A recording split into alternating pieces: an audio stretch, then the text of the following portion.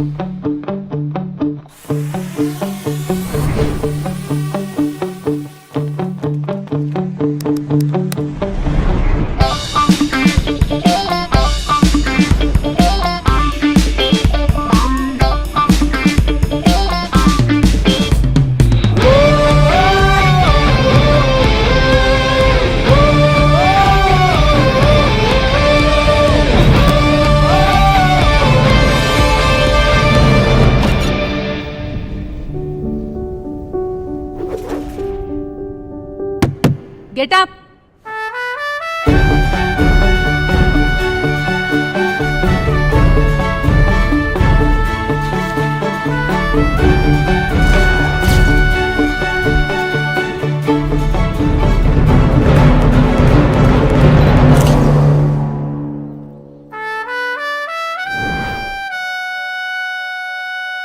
Empowering minds, shaping future. E-Road Sengundar Engineering College, Perundurai E-Road, Counseling Code 2707. Admissions open. கரஸ்பாண்டனும் principal சொன்னாங்க, இதுக்கு முன்னாடி படித்து வெளியேறிய மாணவர்கள் ஆண்டுக்கு 15 லட்சம் ரூபாய் சம்பளம் வாங்குகிறார்கள். 15 லட்சம், ஒரு மாசத்துக்கு 1.25 லட்சம் ரூபாய் சம்பளம். உன்னுடைய கிட்டத்தட்ட ஓராண்டு fees, if I am not wrong, உன்னுடைய ஒரு வருஷ ஃபீஸ கிட்டத்தட்ட இங்கே வேலை பார்த்த மாணவர்கள் ஒரு மாத சம்பளமாக வாங்குகிறார்கள். கேம்பஸ் இன்டர்வியூல பாஸ் பண்ணி அவனுடைய 3 வருஷம் 4 வருஷத்தை அவன் எப்படி பயன்படுத்தி இருக்கிறான்னு பாரு. அவனுடைய வாழ்க்கைக்கும் பிறகான வாழ்க்கைக்கும் ஒரு அடிப்படையான வித்தியாசம் இருக்குது. 3-4 இயர்ஸ்ல you will have plenty of time. உனக்கு ஏகப்பட்ட நேரம் கிடைக்கும். கல்லூரிக்கு வந்துட்டு போறதை தவிர வேற எந்த கமிட்மெண்ட்டும் கிடையாது, வேலையும் கிடையாது. பக்கத்திலே உட்கார்ந்து இருக்கக்கூடிய பெண் பிள்ளைகளுக்காவது வீட்டு வேலையும் சேர்ந்து இருக்கு. ஆச்சரியமான பெண் பிள்ளைகள் படிப்பது மட்டுமில்லாமல் வீட்டு வேலையும் சேர்த்து பார்க்கறாங்க. உன்னுடைய தட்டு, உன்னுடைய சகோதரனுடைய தட்டு, அப்பா அம்மாக்கான ஹெல்ப் எல்லாமே சேர்த்து பெண் பிள்ளைகள் பண்ணது கூடவே சேர்ந்து படிக்குது. நீ வீட்டு வேலையும் பண்ண மாட்ட, கல்லூரி வேலையும் பண்ண மாட்ட, அப்ப என்ன வேலை தான் பண்றேன்னு யோசிக்க வேண்டிய பாயிண்ட் பார்த்துக்கோ. நேத்து கொங்கு கவுண்டர்கள் சமுதாயத்துடைய பள்ளியில அவங்களுக்கு படிச்ச நல்ல மார்க் வாங்குறவங்களுக்கு 499 500 மார்க் வாங்கின பிள்ளைகளுக்குலாம் நான் சர்டிஃபிகேட் கொடுத்துட்டு வந்தேன். நான் பேசும்போது ஒரு விஷயம் சொன்னேன், அவர்களை விட மாணவிகள் பியூட்டிஃபுல்லா பெர்ஃபார்ம் பண்றாங்க, எல்லா இடத்துலயும் நம்பர் 1 அவங்க தான் இருக்கிறாங்க. 10th பிளஸ்ல ஃபுல்லா அதிகமான மதிப்பெண்கள் அவங்க தான் வாங்குறாங்க. சொல்லிட்டு சர்டிஃபிகேட் கொடுக்க போறேன். 2 பேர் சர்டிஃபிகேட் வாங்கினாங்க, 2 பேர் பசங்க, 10 பேர் பிள்ளைங்க. நான் நம்பர் என்னல பிளைண்டா சொல்றேன். இங்க உட்கார்ந்து இருக்கிற ஸ்டூடெண்ட்ஸ்ல பாய்ஸ் எவ்வளவு, கேர்ள்ஸ் எவ்வளவு நீ பாத்துக்கோ. கேர்ள்ஸோட எண்ணிக்கை அதிகரித்து கொண்டே போகிறது. இன்னொரு பயப்பட வேண்டிய விஷயம் சொல்றேன், ஏதோ வெளியே வந்தாங்க படிச்சாங்க பொம்பளை பிள்ளை அதெல்லாம் சமாளிச்சுக்கலாம் அப்படின்னு நினைக்காத. கேம்பஸ் இன்டர்வியூல பிறகான வேலைகள்ல எல்லா நிறுவனம் பெண்களுக்கு முன்னுரிமை கொடுக்கின்றன. ஒரு பெரிய ஒரு பில்டிங்ல தந்தி டிவில நாங்க உட்கார்ந்து இருக்கும் போது அந்த கேம்பஸ்ல மட்டும் 10,000 பேர் வேலை பார்க்கறாங்க. 10,000 ஒரு கேம்பஸ்க்குள்ள. பல ஃபோர்டு உள்பட பல ஐடி நிறுவனங்கள். அதுல கிட்டத்தட்ட 60% விமன், லேடிஸ், கேர்ள்ஸ் 60%. ஆண்களுக்கு இருக்கக்கூடிய சேலஞ்சை நீங்க புரிஞ்சுக்கணும். நான் ஒரு ஆண் மகனா என்ன சேலஞ்ச் இருக்குங்கிறத அனுபவிக்கிறேன்னு அதை உங்களுக்கு சொல்றேன். பெண்களுக்கு வேலை கொடுக்க நிறுவனங்கள் விரும்புகின்றன. என்ன காரணம்? இந்த ஆண்களுக்கு வேலை கொடுத்தா 10 மணி டியூட்டிக்கே 10:30க்கு தான் வருவான்.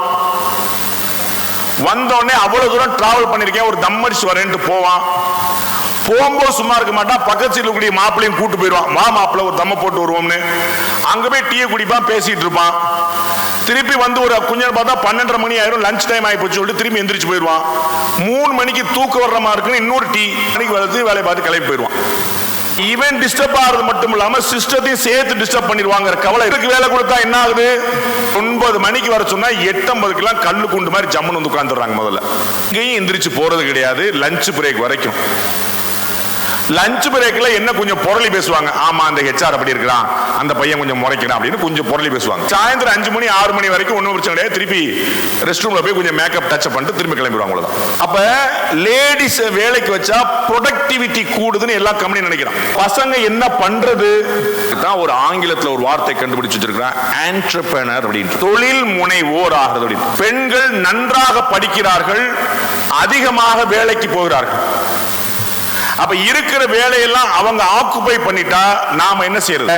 அவர்கள் வேலை தேடக்கூடிய இடத்தில் இருக்கிறார்கள் சொன்னால் ஆண்களாகிய நீங்கள் வேலை கொடுக்கக்கூடிய இடத்துக்கு நகரணும். நிறைய பேருக்கு வேலை கொடுக்க கிளம்புனீங்கன்னா, மதுரையில் ஒரு நிகழ்ச்சி நடந்த போது ஒரு 4 வருஷ தொடர் ட்ரைனிங்ல கிளப்ல இருந்து ஒரு 1600 பேருக்கு ட்ரைனிங் கொடுத்தாங்க. தொழில் முனைவோரான ட்ரைனிங். அதுல 290 நிறுவனங்கள் துவக்கப்பட்டு விட்டன. இந்த 4 வருஷத்துல மட்டும் 2967 பேருக்கு வேலை கொடுத்திருக்கிறார்கள். 2967 பேருக்கு வேலை கொடுத்திருக்கிறார்கள். தொழில் முனைவோர் ஆறுல எவ்வளவு பெரிய லாபம் இருக்குன்னு பாருங்க. படிச்சு முடிச்சுட்டு போகக்கூடிய எல்லாருமே வேலைக்கு போக முடியுமான? எல்லாருக்கும் வேலை கொடுக்க முடியாது.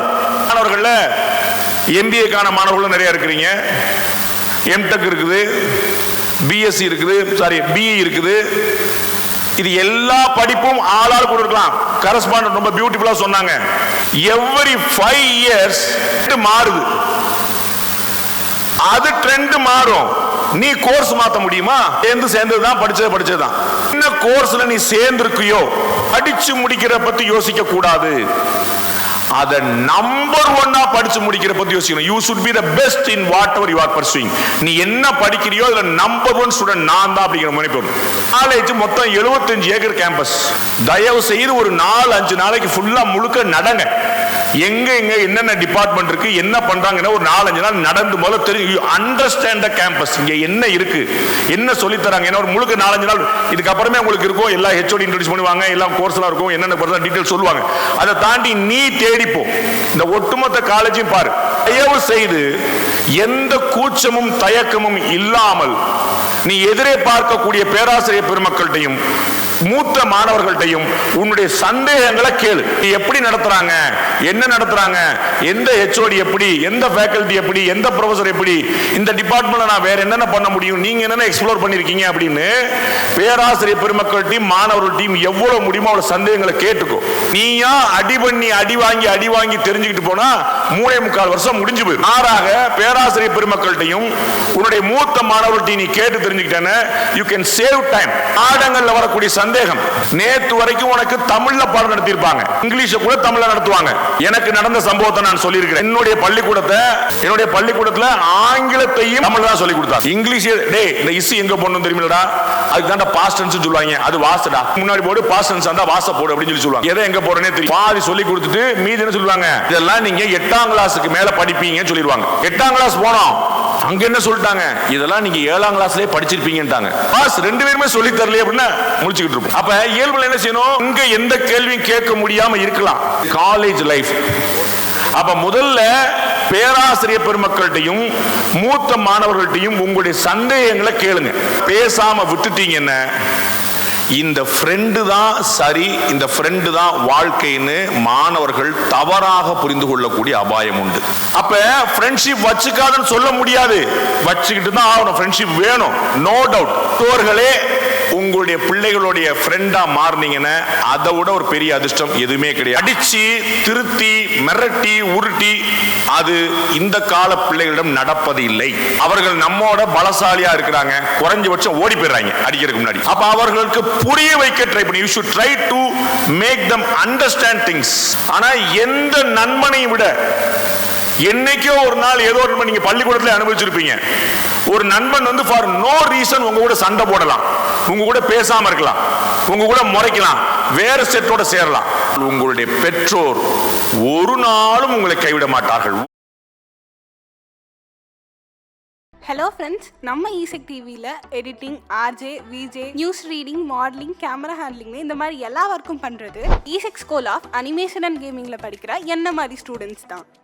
நம்ம ESEC school of animation and கேமிங்கில் அட்மிஷன் போடுறதுனால ஈசெக் டிவியில் உங்களோட டேலண்ட்டை வெளிப்படுத்துறதுக்கான பெரிய ஆப்பர்ச்சுனிட்டி இருக்குது. அது மட்டும் இல்லாமல் நம்ம ஓன் ப்ரொடக்ஷனான ட்ரீமிங் ஸ்டூடியோவில் வர ப்ராஜெக்ட்ஸை ரியல் டைமாக ஒர்க் பண்ணுறதுக்கான ஆப்பர்ச்சுனிட்டிஸும் இருக்கும். நம்ம அகாடமியில் புதுசாக 2 ஷார்ட் டேர்ம் கோர்ஸ் லான்ச் பண்ணியிருக்கோம். இதை 45 டேஸ்லேயே படிச்சிடலாம். Foundation of motion graphics and VFX இந்த கோர்ஸில் ஆஃப்டர் எஃபெக்ட்ஸ் டூலை நல்லா லேர்ன் பண்ணிக்கலாம். 3D மோஷன் கிராஃபிக் ஃபண்டமெண்டல்ஸில் மாயா டூல் நல்லா லேர்ன் பண்ணிக்கலாம். 3 monthsலேருந்து 1 year வரைக்கும் நிறைய டியூரேஷன்ஸ்ல நம்மள்ட்ட கோர்சஸ் இருக்கு. ஈசெக் ஸ்கூல் ஆஃப் அனிமேஷன் அண்ட் கேமிங்ல இன்னைக்கே அட்மிஷன் போடுங்க. ASEC School of Animation and Gaming,